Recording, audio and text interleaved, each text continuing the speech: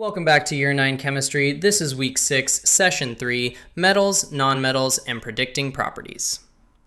A single zigzag line splits the periodic table into two territories, and knowing which side an element lives on lets you predict how it conducts, how it bends, and what kind of ion it forms.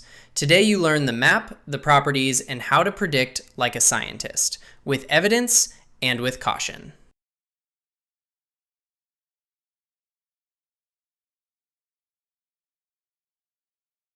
Your 4 goals. First, locate the metals and nonmetals on the table. Second, compare their typical physical properties. Third, connect electron loss and gain to periodic position.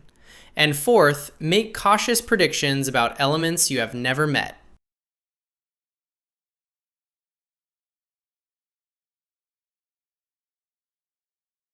The territory map. Most elements are metals, and they occupy the left and center of the table. Nonmetals sit mainly on the right, with one important exception, hydrogen, which is parked on the left but is not a metal. A zigzag boundary marks the frontier, and elements near it can behave in mixed, in-between ways. They are sometimes called metalloids.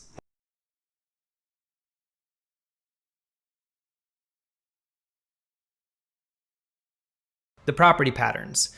Typical metals conduct electricity well, conduct heat well, shine when freshly cut, and bend or stretch without shattering. They are malleable and ductile. Almost all are solid at room temperature. Typical nonmetals are usually poor conductors, varied in appearance, often brittle as solids, and many are gases. But these are patterns, not laws. Graphite is a nonmetal that conducts electricity. Mercury is a metal that is liquid at room temperature. Know the pattern and know its exceptions.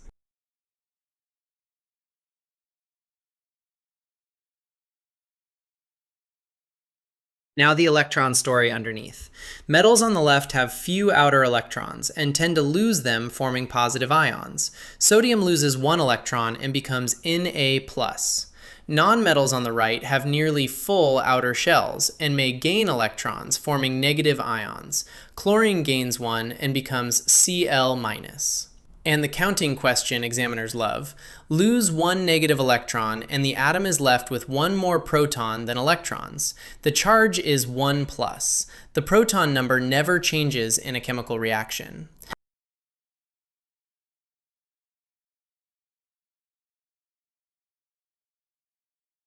Prediction time. An unfamiliar element sits below magnesium in group 2.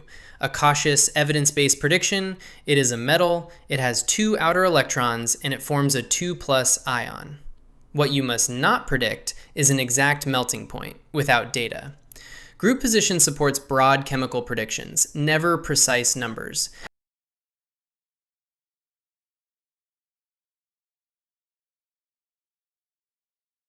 Here is the 3-part prediction frame for full marks.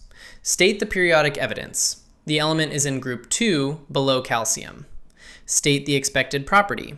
A metal, 2 outer electrons forming a 2+ ion. And state the uncertainty. Numerical properties like melting point need measurement, and boundary elements can break the pattern. Evidence, expectation, uncertainty.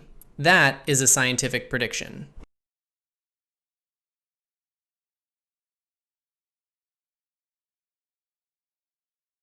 Quick check. Question 1. What type of ion forms when a metal atom loses electrons? Pause and answer. A positive ion, because protons now outnumber electrons. Question 2. Where do most nonmetals live? On the right side of the table, hydrogen being the famous exception. Your recap. Metals left and center. Nonmetals right. Metalloids on the zigzag frontier. Metals conduct and form positive ions by losing electrons. Nonmetals often gain them. And predictions state evidence, expectation, and uncertainty. Next session, the fireworks begin. Group 1 alkali metals meet water. For the full course, with practice questions and the final exam, visit www.safeguards2exam.com. See you there!